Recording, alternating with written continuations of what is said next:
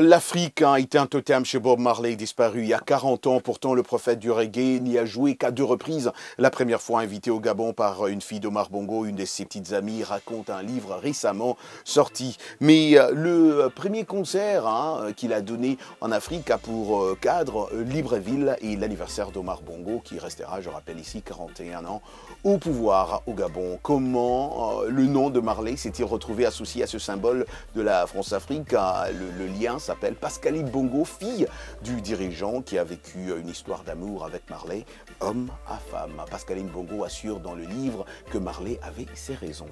Quand on s'est rencontrés, il m'a appris que mon père avait été le seul à proposer qu'Haïlé Sélassié s'installe au Gabon après qu'il a été détrôné. Et ça pour les stars. C'est ce qu'elle dit. L'empereur éthiopien est en effet considéré par les Rastafari comme un messie, je rappelle. Voilà, vous savez ce qu'on dit, non? Les artistes ne meurent jamais. Oui, un album posthume de DMX sortira le 28 mai, a annoncé lundi son producteur Swizz Beatz, moins de 2 mois après le décès du rappeur américain des suites d'un infarctus à 50 ans. L'album posthume que tout le monde attend, ce 8e opus officiel, est intitulé Exodus et ne comprendra que des titres inédits, a indiqué dans un communiqué le producteur, précisant qu'il serait distribué par le label Def Jam Recordings. Exodus est le prénom de l'un des fils de DMX qui a eu 15 enfants de plusieurs femmes différentes. Devenu célèbre à la fin des années 90, DMX est un rappeur au style dur dont les textes mêlent violence et noirceur avec une voix grave et rappeuse très reconnaissable. Voilà. Le nouvel album Mongongo de Alech est disponible sur toutes les plateformes. Cette œuvre contenant plusieurs styles de musique est à découvrir. King Alech était mon invité cette semaine. Suivons.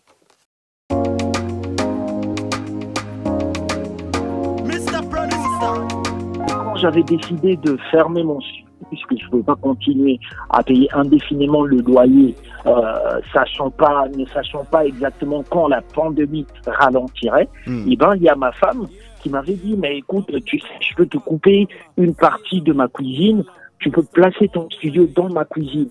Et on s'était mis d'accord, voilà, devant l'impossible, on n'avait plus trop de choix. On a coupé une partie de la cuisine de ma femme, j'ai installé mon studio, et c'est dans ces studios, dans cette cuisine-là que j'ai enregistré tout mon album Mongongo.